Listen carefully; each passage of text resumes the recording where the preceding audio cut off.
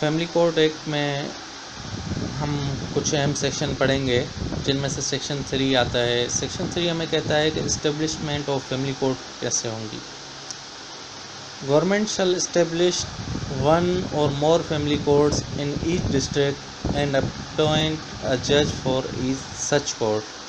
Government एक या एक से ज़्यादा फैमिली कोर्ट डिस्ट्रिक्ट में बना सकती हैं और हर फैमिली कोर्ट में एक जज अपॉइंट कर सकती हैं। दूसरा पॉइंट कहता है कि एक खातून जज भी एक या एक से ज़्यादा ज़िलों में अपॉइंट की जा सकती है और वो खातून जज, फैमिली जज किसी भी ज़िले कोर्ट में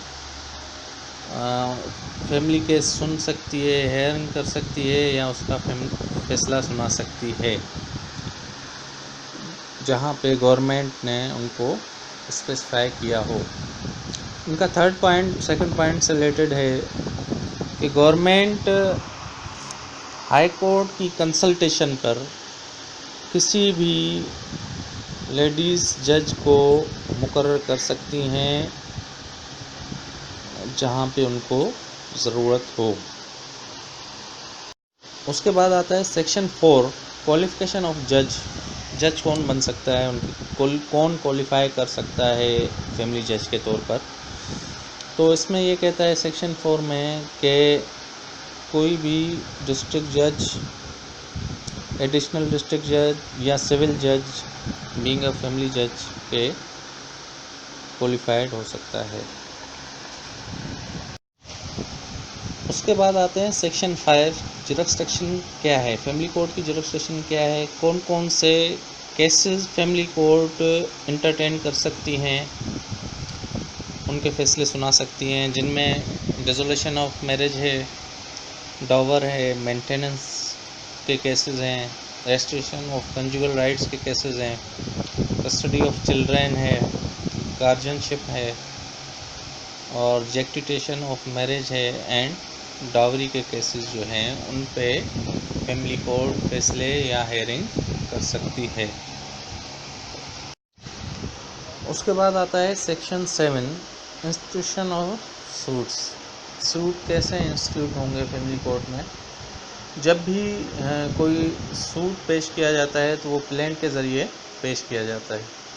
उस प्लेंट में फैक्ट्स ऑफ डिस्प्यूट्स और जो है ना दोनों पार्टीज़ के एड्रेसेस और उनके डिटेल वगैरह और जो गवाहान पेश हो सकते हैं, मतलब प्लेंटिफ की तरफ से उनकी डिटेल और उनके बारे में लिखा जाएगा।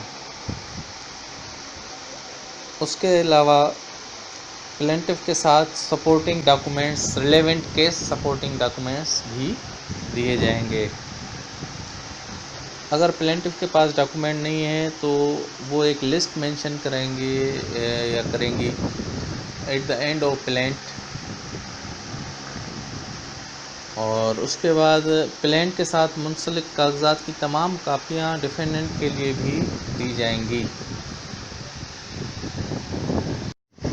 उसके बाद है section 8, intimation to defendants. Defendant को कैसे इंटीमेट किया जाए। जब फैमिली कोर्ट में प्लेंट प्रेजेंट की जाती है तो उसके 3 दिन के अंदर जो है ना नोटिस निकाले जाएंगे, समन्स निकाले जाएंगे और उन समन्स में जो है ना नेक्स्ट डेट ऑफ जो अपीयरिंग होगी वो मेंशन होगी और समन्स के साथ तमाम फ़ोटो कापियाँ जो उन्होंने जमा कराई है प्लेंट के साथ और प्लेंट की कापियाँ भी भेजी जाएंगी।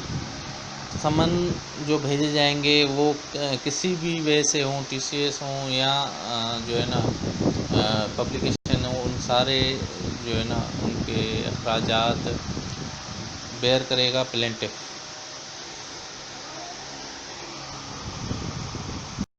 उसके बाद है सेक्शन 9, रिटन स्टेटमेंट, WS इसको हम कहते हैं शॉर्ट फॉर्म में। अब रिटन स्टेटमेंट जो है ये काफ़ी इम्पोर्टेंट है। रिटन स्टेटमेंट में फ़िक्स डेट जो दी जाती है डिफेंडेंट को, उस पर वो जो है ना जवाब दायर करने का पाबंद होता है और रिटन स्टेटमेंट 30 डेज़ तक जो है ना विदिन 30 डेज़ तक जमा कराया जा सकता है। और उसके साथ भी ठीक उसी तरह गवाहों के नाम जो पेश हो सकते हैं या उनकी एड्रेसेस वगैरह भी दी जाती हैं, और उसके अलावा जो भी उन केस के हिसाब से मुंसलिक डॉक्यूमेंट्स होंगे वो भी दिए जाएंगे, मुंसलिक किए जाएंगे उसके साथ। और अगर उसके पास डिफेंडेंट के पास कोई डॉक्यूमेंट्स नहीं हैं या किसी और प्लेंटिफ की पोजीशन में है तो वो भी उनको जैसे प्लेंट में लिस्ट बना के लिखा जाएगा, इस तरह WS में डिफेंडेंट लिखेगा कि जो जो डॉक्यूमेंट्स नहीं हैं उनकी डिटेल भी लिखेगा। और उसके बाद है डिफेंडेंट अगर नहीं आता और ये साबित हो जाता है कि उसको नोटिस मिले हैं तो फिर वो एक्स पार्टी डिक्री की जा सकती है। और अगर एक्स पार्टी डिक्री के दौरान डिफेंडेंट आ जाता है तो अगर वो रीज़न ऑफ डिले बताता है जिससे कोर्ट सेटिस्फाई हो जाती है तो फिर केस को फर्दर प्रोसीड किया जाता है।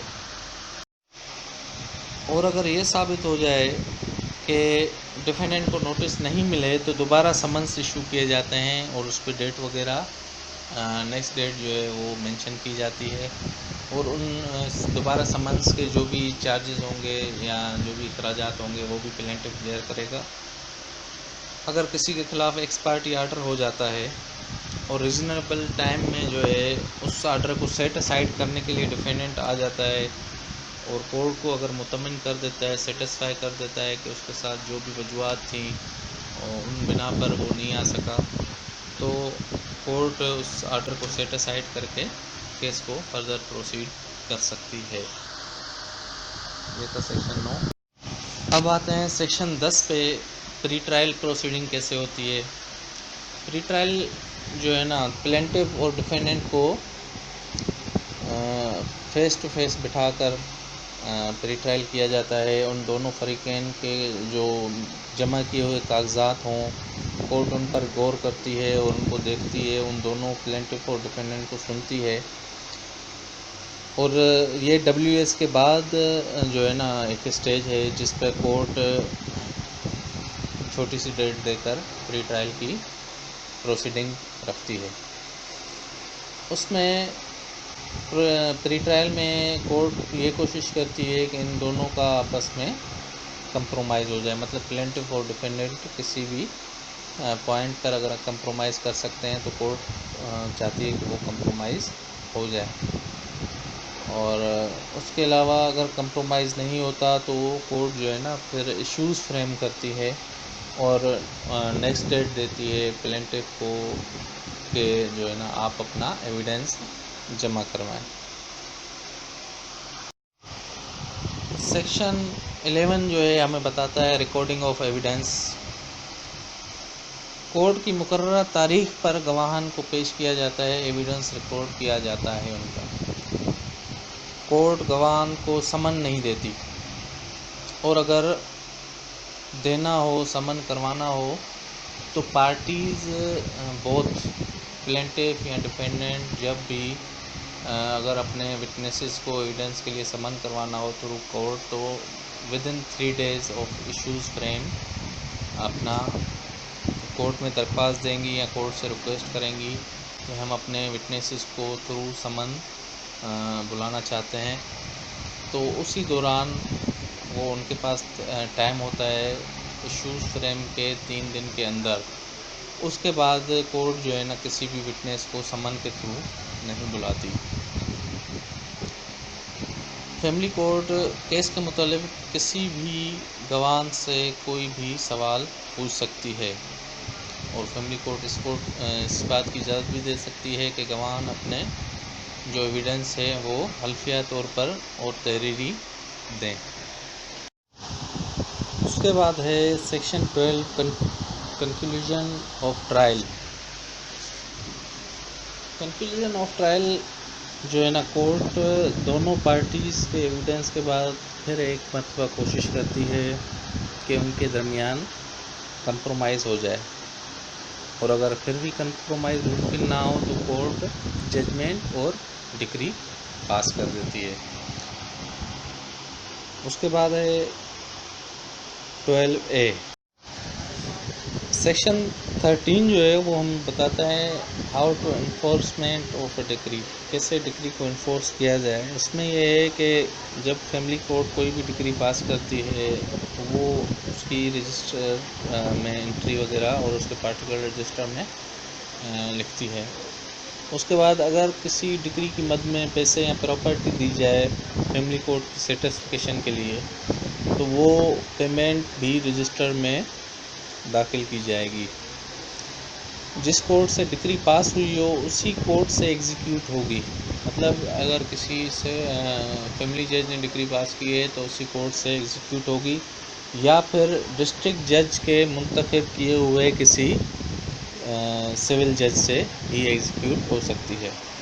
फैमिली कोर्ट की डिक्री की जो भी अमाउंट होगी, फैमिली कोर्ट को वो इख्तियार है कि वो उसको इंस्टॉलमेंट पे वसूल कर सकती है। उसके बाद आता है सेक्शन 14। इसमें अपील्स के बारे में बताया गया है। जहां एडीजे या डीजे की कोर्ट फैमिली जज हो तो वो वहाँ अपील जो है ना वो हाई कोर्ट में होगी, और जहाँ सिविल जज या सीनियर सिविल जज फैमिली जज हों तो वो अपील जो है ना डिस्ट्रिक्ट कोर्ट में होगी। अच्छा, इन केसेस की अपील नहीं होगी जो नीचे बताए गए हैं। डिसोलेशन ऑफ मैरिज है, और डावर नॉट एक्सीडिंग ₹15,000 और फॉर मेंटेनेंस ऑफ ₹5 और लेस पर मंथ, इनकी अपील नहीं होगी। सेक्शन 15 जो है वो एम्पावर्ड करता है फैमिली कोर्ट को कि वो समन दे विटनेसेस को। फैमिली कोर्ट किसी भी इंसान को कोर्ट में गवाही के लिए बुला सकती है। अनदर थिंग है, ऐसे इंसान जिनको खुद पेश ना होने की छूट हो, कोर्ट उनको पेश होने के लिए पाबंद नहीं कर सकती। जैसे कि गवर्नमेंट एम्प्लॉय है, उनकी ड्यूटी कहीं आउट ऑफ डिस्ट्रिक्ट है, या उनको जो है ना इस चीज़ से इजाज़त है कि वो नहीं आए, अपेयर ना हो, तो अपने बिहाफ पे वो किसी को अपेयर करवा सकते हैं। इसमें और भी 2-3 टाइप्स हैं, बहरहाल वो फर्दर हम उसको डिस्कस करेंगे। उसके अलावा अगर किसी को समन मिल जाता है और वो जानबूझकर पेश नहीं होता, तो कोर्ट उसके इस अमल पर कोग्निजेंस ले सकती है और उस इंसान को अपनी वजाहत का एक मौका दे सकती है, या फिर उस पर जुर्माना कर सकती है जो कि ₹100 से ऊपर का नहीं होगा। सेक्शन 16 जो है वो कंटेम्प्ट ऑफ कोर्ट के मुतालिक बताता है, फैमिली कोर्ट के मुतालिक। अगर कोई शख्स तौहीन अदालत करता है या बगैर किसी जायज़ उज़र के, तो उस पर ₹200 या उससे कम का फ़ाइन जुर्माना किया जाएगा। अब कंटेम्प्ट ऑफ कोर्ट किस सेंस में हो सकती है? फैमिली कोर्ट के किसी ऑफिसर की इंसल्ट करना, फैमिली कोर्ट के काम में इंटरप्शन करना, या फैमिली कोर्ट के पूछे गए सवाल के जवाब ना देना, या हल्फिया इकरार करने से इनकार करना, या फिर कोई स्टेटमेंट साइन ना करना, ये कंटेम्प्ट ऑफ कोर्ट में आते हैं। उसके बाद आता है सेक्शन 19। सेक्शन 19 हमें बताता है कोर्ट फीस के बारे में। कोर्ट फीस जो है ना प्लेंट से जमा कराने से पहले, एडमिट कराने से पहले जो है ना दी जाती है, जो कि ₹15 for any kind of suit. किसी भी जो ऊपर बताए गए सूट्स फैमिली जुरिस्डिक्शन में चल सकते हैं, वो किसी भी एक सूट की ₹15 की कोर्ट फीस है जो कि अदा करनी होगी सूट प्लेन दाखिल करने से पहले।